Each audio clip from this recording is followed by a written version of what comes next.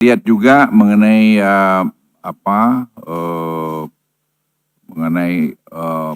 peningkatan efisiensi melalui digitalisasi, itu Simbara itu saya kira memberikan hal baru, source of revenue pemerintah, yaitu misalnya tadi batu bara, kelapa sawit, sekarang nikel juga, dan kemudian timah. Timah itu terus terang jujur agak terlambat kita memasukkannya ke dalam Simbara, tapi sekarang ongoing semua itu, dan dengan ada GovTech ini jalan dan sekarang kita tersempurnakan, itu saya kira akan membuat Indonesia akan lebih baik.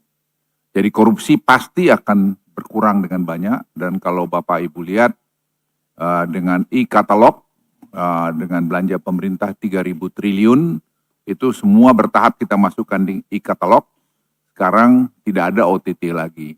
Jadi kita juga, saya teman-teman di KPK atau mantan-mantan KPK itu jangan bangga kalau ada OTT. Itu berarti ekosistem kita nggak bagus. Jadi itu yang kita perbaikin sekarang. Dengan semua orang belanja ke mesin, tidak ada peluang lagi atau makin kecil peluang orang tadi untuk melakukan hengki-pengki di luar. Itu yang menjadi tujuan kita. Jadi dengan sekarang masuk di nikel, masuk di batu bara, Anda lihat penerimaan negara di batu bara, saya kira bisa dilihat, itu meningkat baik, karena orang tidak akan bisa ekspor batu baranya tanpa dia masuk di dalam Simbara ini. Kalau dia sudah masuk Simbara, dia itu tidak akan bisa keluar dari biaya cukai kalau dia belum masuk. Jadi digitalisasi ini, menurut saya salah satu game changer yang banyak kita tidak sadar, bahwa itu sedang berjalan sekarang dalam pemerintahan ini. Apalagi kemarin Presiden sudah meluncurkan GovTech, itu kita menyatukan semua 27.000 lebih apps yang ada di pemerintahan, yang ada di kementerian dan lembaga. Nah itu saya berharap dalam beberapa waktu ke depan itu akan berjalan bertahap, dan kita akan punya nanti single ID, digital ID, dan sekarang dengan begitu nanti seperti misalnya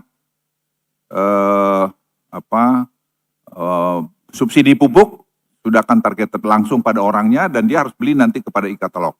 Itu segera akan jalan, dan itu 30 triliun kita pasti hemat. Yang selama ini bertahun-tahun saya pikir selalu jadi masalah di sana, dan berapa menteri yang menjadi sasaran karena tadi kesalahan mengurus itu. Nah, saya pikir ini perlu diapresiasi kerja keras dari tim. Di tempat saya ada ini Saudara Odo, mana Odo ini? Nah, Odo yang tadi mengerjakan itu dengan Seto.